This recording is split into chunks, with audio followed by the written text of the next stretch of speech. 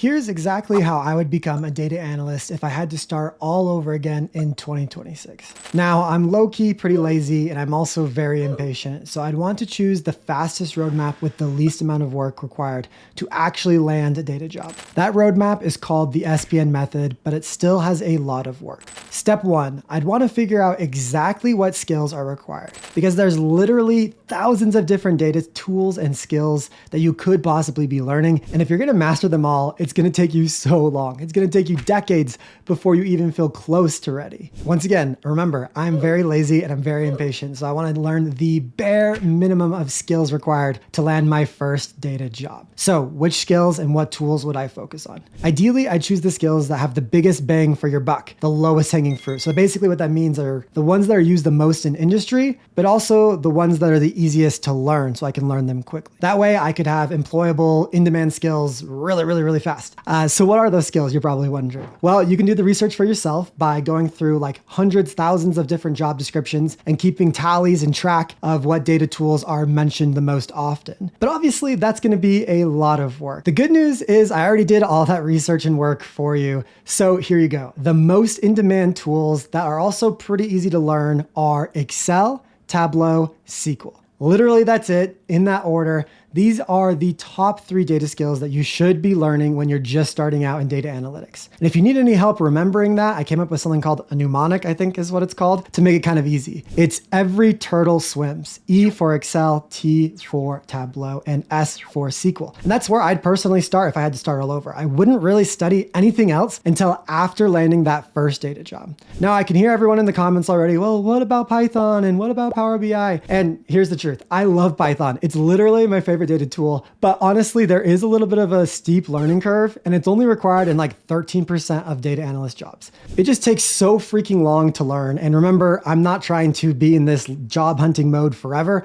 I'm trying to land a data job quickly. So learning Python, it's going to take a freaking long time. And to me, it's just not worth the time investment at the beginning because it's not the most in-demand skill and it's not the easiest. So it makes sense for me to leave it till later. And at that point, I can probably learn it on the job. So I'm going to be getting paid to learn and I'm all about that. So sign me up for that. In fact, I did a video in the past about how to get paid to learn stuff in data analytics. You can check that out right there. Step 2, I'd want to make sure I understand all the different data jobs available. Obviously, there's data analyst, and that is a great place to start. In fact, I think it's the best place to start. But there's actually so many more jobs than just that. They all have slightly different names and slightly different responsibilities, but a lot of the times they're doing pretty similar stuff to what you'd be doing as a data analyst. So the first 2 I want to talk about are data scientist and data engineer. If you're just getting started, I would not try to get those jobs because it is hard to land those roles. It requires a lot of programming knowledge and math knowledge to land those roles, and I just think they're really hard to land. So instead, I'd focus on things like data analyst, financial analyst, healthcare analyst, marketing analyst, almost anything that has the word analyst in it or that might have the word data in it, I would at least consider. Now, there's so many different jobs here and I can't possibly tell you every single one, but let's just start with the big ones. So financial analyst and business analyst are 2 of the most common analyst roles I've been seeing on job boards quite a bit. In fact, I run my own data job board. We'll talk about it here in a second, but on that job board, financial analyst and business analyst roles are pretty much more common than data analyst roles. The financial analyst roles, you're going to be dealing with like P&Ls, a little bit more profit and loss statements, a little bit like more kind of data plus accounting-y, a little bit about forecasting and just like how much cash you have on hand. A business analyst role, that's like half business, half data analyst, kind of meet in the middle. So their jobs can be quite varied in what they're actually doing, but a lot of the times they're just like approaching business problems with like Excel or with Tableau or with SQL or something like that. The next most common one is healthcare analyst, and it is kind of self-evident, but basically you're doing data analytics with healthcare data. A lot of the times you'd think that this is like looking at medical charts and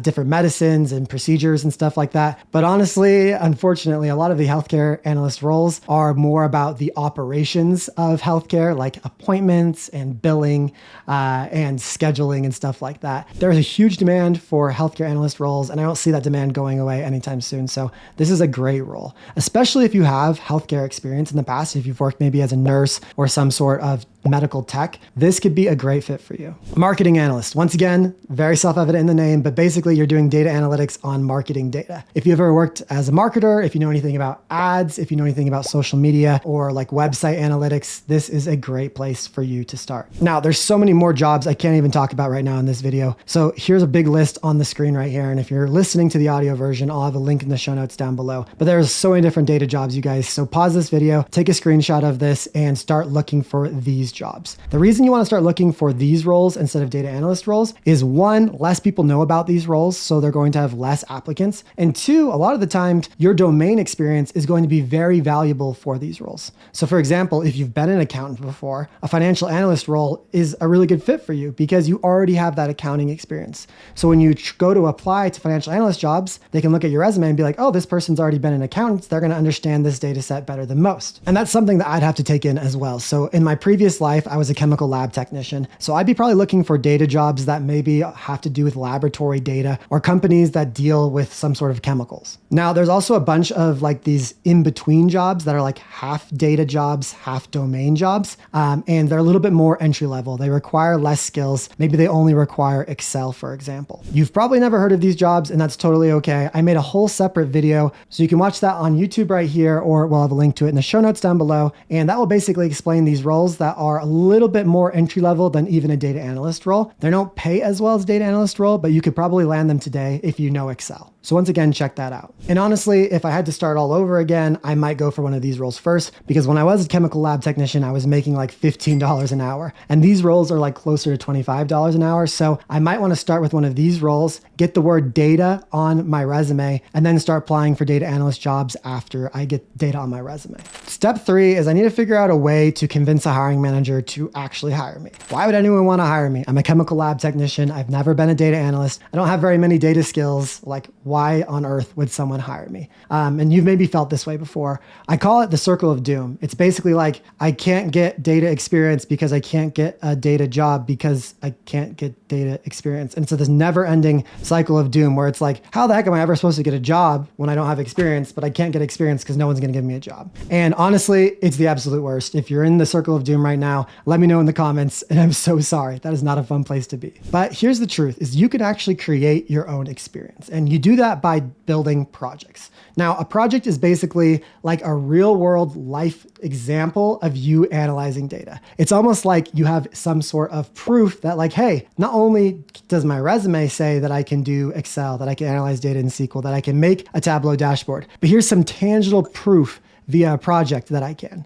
And it's one thing to know the skills. It's another thing to show that you know the skills. And those are different things. So think about it. If I'm like interviewing with a hiring manager and I'm tell the hiring manager, hey, yeah, I know SQL. I've been learning SQL. They're going to be like, well, can you prove it to me? Right? And if I can have a project where like, I'm like, yes, I can. Look at, here's some healthcare data that I analyzed. You know, here's some financial transactions that I analyzed. Here's some manufacturing sensor data that I actually analyzed. And I created this dashboard for you in Tableau. See how powerful that is? All of a sudden, the hiring manager is like on the defense at the beginning, like, I don't know if this person actually can do what we need them to do. To, oh my gosh, this person already has done what I need them to do. Here's the evidence. I like this person.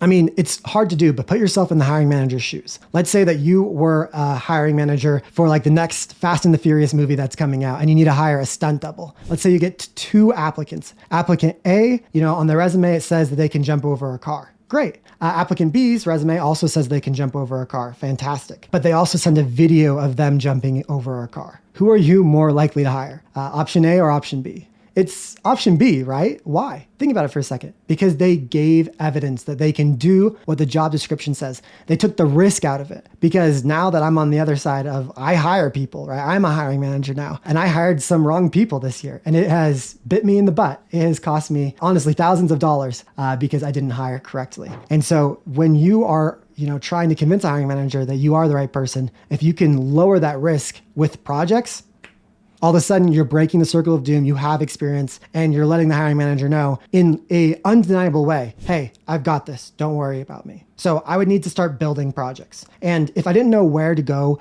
or how to start building projects, you always got to start with a data set. And you got to find a data set somewhere online. So one of the best places you can find data sets, well, there's a bunch of different options. I actually did a whole nother video about it right here. You can find it in the show notes. But the short answer is Kaggle. Kaggle is a great place to find a data set like 90% of the time. And usually that's like good enough. So that's where I'd start. And then in terms of like what to do in the project, first pick, should you do it in Excel? Should you do it in SQL? Should you do it in Tableau?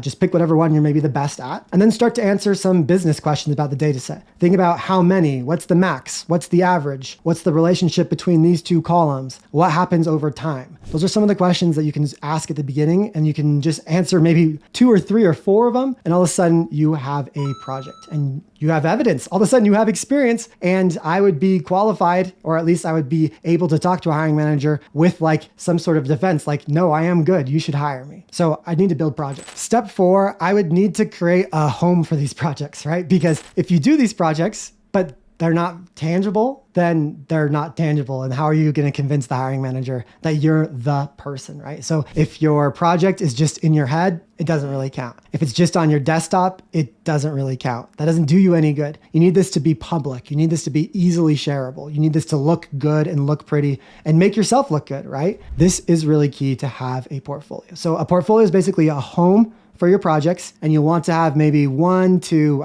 10 different projects. That's a big order. It depends on the quality of your projects. One really, really, really good project could be better than like 7 mediocre projects. It really just depends. So where should you build your portfolio? There's a couple different options, and I teach all these different options inside of my program, the Data Analytics Accelerator, and I actually give them templates to just do this really easily. Probably the most common place to have a portfolio is GitHub, but I don't like GitHub as a portfolio for data analysts. I can hear you guys in the comments, oh, GitHub's awesome for data scientists, data engineers, and programmers. Yeah, I get it, okay? But a lot of you guys at the beginning, you're not going to be writing code. GitHub is literally meant for code. Now you can kind of reverse engineer, hack it, and make it for anything. And it could work as a good portfolio, but it's really hard to navigate and it's really hard to look good inside of GitHub. Just trust me on this and try one of these other things instead. I really like to use LinkedIn. LinkedIn, that's a great place where recruiters are, right? Like it's like 97% of recruiters are actively using LinkedIn every single day. So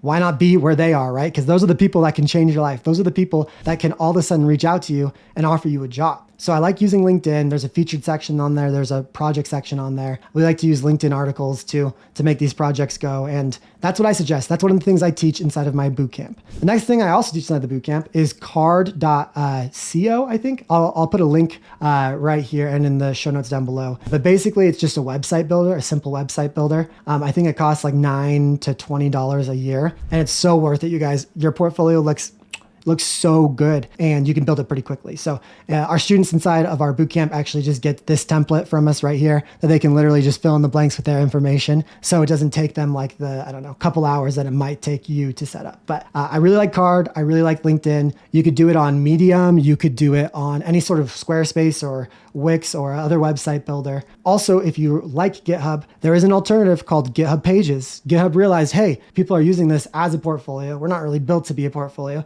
So let's build a separate product that makes portfolios really well. And that's called GitHub Pages. And I really recommend that. It's just a little bit of a steep learning curve if you're not really knowing about GitHub or you don't know about Markdown. Markdown's kind of like a programming language. It's kind of not, but regardless, it's a little bit more technical. So I'd want to make sure I have a portfolio, ideally in LinkedIn or Card. Step 5, I'd need to make sure that my resume and LinkedIn are working for me. And these are really the only 2 tools you get when you're trying to land a data job, and you need to invest in them. They need to be like little mini employees running around working for you, okay? And let me talk about what I mean by that. Number 1, when you're applying for jobs, your resume either is going to pass what's called the ATS, the applicant tracking system, or it's not. Every time it does not pass the ATS, there's kind of 2 scenarios. 1, your resume couldn't really be read very well and it's not ATS compliant, meaning there's some formatting issues on it. Or 2, you didn't fit what the job description or the ATS was looking for.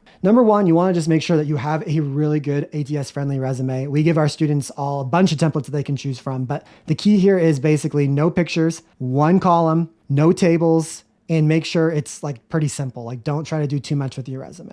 Next, these ATSs, they're honestly not very smart. Even with AI, they're kind of dumb. Basically, what they're looking for is they're looking at your resume and they're looking at the job description and they're trying to figure out if you're a match or not. Now, what would make you a match? Think about it. Whatever's on the job description should match your resume. And so if you're applying for a data analyst role, well, I'm sorry, we live in a world where they want to hire someone with experience. There is no non-zero experience jobs anymore. The lucky thing is we talked about earlier how to create experience. So if you're applying for data analyst jobs and you don't have the term data analyst on your resume anywhere, you're probably not going to pass the ATS. So you can kind of hack the system here. You can put it next to your name at the top of your resume. You can put it in like your objective statement at the top, and or you can put it in your experience section and have a data analyst job. That could be one that it's just you making projects on your own. You could hire yourself, start your own company. All of a sudden you're doing freelance data analytics. Just, you need to have the word data analyst or whatever role you're trying to apply for. Financial analysts, marketing analysts, business intelligence engineer. You need to have that somewhere on your resume. And if you don't, you're not likely to get called back. So I'd want to make sure that my resume said data analyst like 3 or 4 different times. Now, on a similar note, if the job description is asking for SQL, I'll want to make sure that I have SQL on my resume multiple times. So once again, I want to put it in my skills section. Maybe I'd put it in my statement, my objective at the top. Maybe I'd try to put it in my bullet points in my experience section. Maybe I have a project section now on my resume. I'd want to put it there. You want to add as many keywords as you can. If you don't have the word Excel, the word SQL, the word Tableau, Power BI, Python, whatever terms you're trying to go for, if those aren't on your resume, you're not going to get interviews. So I want to make sure that I put SQL, Tableau, and Excel in as many places I possibly can on my resume, along with that data analyst title. Next, I want to do the same thing with LinkedIn. I want to make sure that all of my experience section on LinkedIn is filled out. I want to make sure it has bullet points. I want to make sure I have a really good about section. I have a really good headline, a clear profile picture, a good cover photo on LinkedIn, and make sure every single part of my LinkedIn profile has information. Why? Because once again, 97% of recruiters, these are the people who hire you, are on LinkedIn every day. And if they're on LinkedIn every day, I think I should probably be on LinkedIn every day as well. I can't tell you how many times people go through my program and they do our LinkedIn section, they update their LinkedIn, and all of a sudden they have people reaching out to them, recruiters. Hey, would you be interested to interview for this role? Would you be interested to interview for that role? And all it does is take some LinkedIn optimization. Once again, you want to keyword stuff on your LinkedIn. In as many places as you possibly can, add skills, add whatever's in the job description, put that on your LinkedIn.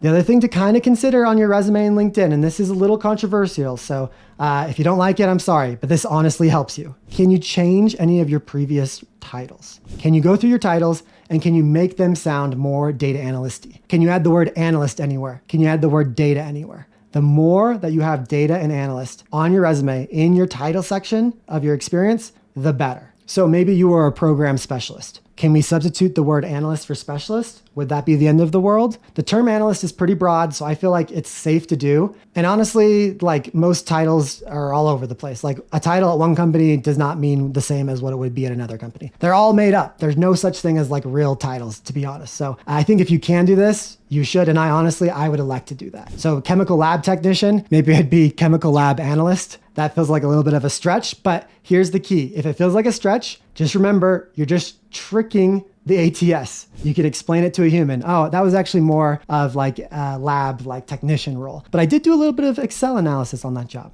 Humans can understand nuance, computers, ATSs cannot. So I'd probably update my LinkedIn and resume those ways. Step 6 is I would need to start applying for jobs. Obviously, this might be really obvious, but I'm not going to land a job if I don't apply for jobs. And the same is true for you. So if you're applying to only a few jobs and you're not getting any bites and you're like, why can't I land a job? The answer is apply for more jobs. Now, I hate saying that because I'm also not a fan of just the spray and pray method where you're literally, bombing your resume out to hundreds of thousands of people. Like, I don't think that is a good method either. I think that there is kind of a middle ground where you're applying probably, unfortunately, in today's economy for hundreds of roles, but you're doing so in a targeted manner with human-centric motion in mind. And what I mean by that is 67% of jobs come from being recruited or referred. So that's why I really wanted to update my LinkedIn earlier, right? So I can get recruited. But let's talk about referrals. Referrals are amazing. This is when someone at a company will refer you to a role at that company. And hiring managers and recruiters love that because if your friend's at a company and they're doing good work, they probably like your friend and they would probably be glad to hire more people like your friend. And hopefully you're just as good as your friend. So networking is really key here. You need to be networking. If you're not networking, your job hunt will take, I'm not even being dramatic here, 10 times longer. Networking is literally the key to landing a data job quickly. Now, how do you do that? We talked about updating our LinkedIn profile. That's a great start. I would also tell you to start documenting your journey on LinkedIn via posts and comments. That's what we teach our students. I know that's scary for a lot of you, but I've literally seen it work wonders for so many students who had zero job experience and they were able to land a data job because of that. If that sounds scary, no worries. You can go to your neighbor, you can go to your cousin, you can go to your mom's friend's aunt and just be like, hey, what do you do for work? Pull out your phone, go through every contact in your phone, write down what every single person does for work and where they work, and then ask, would they ever hire a data analyst? Do they have data analysts working at their company now? If so, send them a message. Start with the people who in your network already are in the data world or in the tech world. They can be really good resources for you. And if they're actually your friends, if they're actually your family, they're willing to help you. They will be willing to help you. You just need to ask the right way. So a really easy way to not be intrusive is just to be like, hey, I know that you're, a program manager at IBM. Do you enjoy it? Just start the conversation that way. Oh, like, yeah, it's great. Yeah, it's awesome. You can be like, yeah, cool. I'm looking to become a data analyst. Do you know any data analysts at IBM? Oh yeah, I know this guy. That's very cool. I can introduce you if you'd like. Oh yeah, that would be great. See, I didn't even ask. I didn't even ask for anything, right? In that scenario, but I got what I wanted. So if you're not networking, it's going to be hard. You need to be applying for jobs. Also, I recommend varying where you apply for jobs. LinkedIn, great place to apply for jobs. Maybe check your local listings. Those don't get as many applicants and can be really, really easy to land interviews. Also try other job platforms. I'm not going to list them all, but I'm biased. You can try findadatajob.com. This is my free data job board where I post a lot of different data jobs. I also have another one that is premium. It is paid. It's called premiumdatajobs.com. Those ones, they always have a recruiter or hiring manager that you could reach out to today. So that's why it's a little bit special. That's why it's paid. Check out both those, but just make sure you're going to different job boards and trying different application methods because it is a little bit of a luck, a little bit of a numbers game. Now, if I've done steps 1 through 6, I'm probably ready for step 7, which is start landing and preparing for interviews. And interviews are how you seal the deal. That's how you actually get job offers, right? But you shouldn't be stressed. I shouldn't be stressed about interviews until I start landing them because there's 2 different separate skills here. The skills and the process of landing interviews, and then the process of passing interviews. And those are 2 different things, and you should prepare for them and work on them at different times and in different ways. So I would not be stressed about an interview until I've landed an interview. Once I land an interview, I will cram. And there's lots of different things you have to think about in an interview, but basically most data interviews have 2 main parts, the behavioral part and then the technical part. The behavioral part, they're going to be asking questions that usually start with, tell me about a time. Tell me about a time you had to be a leader. You had an issue with a coworker. And these questions are basically like, let's look in their behavior in the past to predict what they might do in the future. It's like, once again, the recruiter and hiring manager here are trying to figure out how risky you are and hopefully not how risky you are. Once you've shown that, hey, I'm a normal human being, I can work, they might ask more technical questions. And a lot of the times this will be maybe Excel specific questions or SQL specific questions. It kind of just depends on the role and the company. There's so many platforms you can try to prepare for these technical interviews. Just to list a few: Analyst Builder, StrataScratch, Data Lemur. There's so many different data analyst interview prep courses and classes and online things that I don't even want to talk about it right now. And you shouldn't worry about it. I'm not worrying about it until I land interviews. But once you do,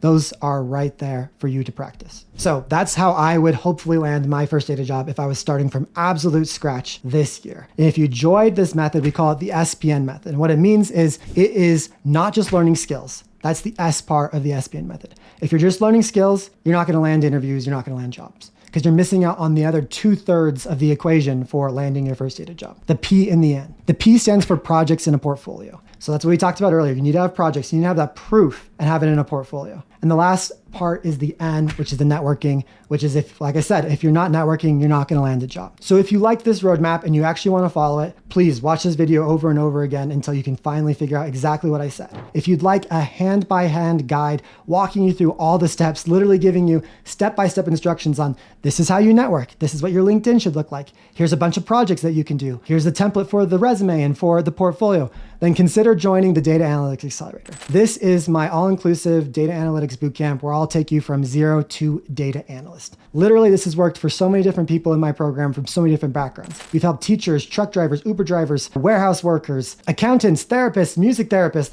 whatever your current role is, we can probably help you transition into a data analyst. If you want to check that out, I have a link in the show notes down below. It's called the Data Analytics Accelerator. I'll be your coach and my team will help you land that first data job. We're super excited to help you.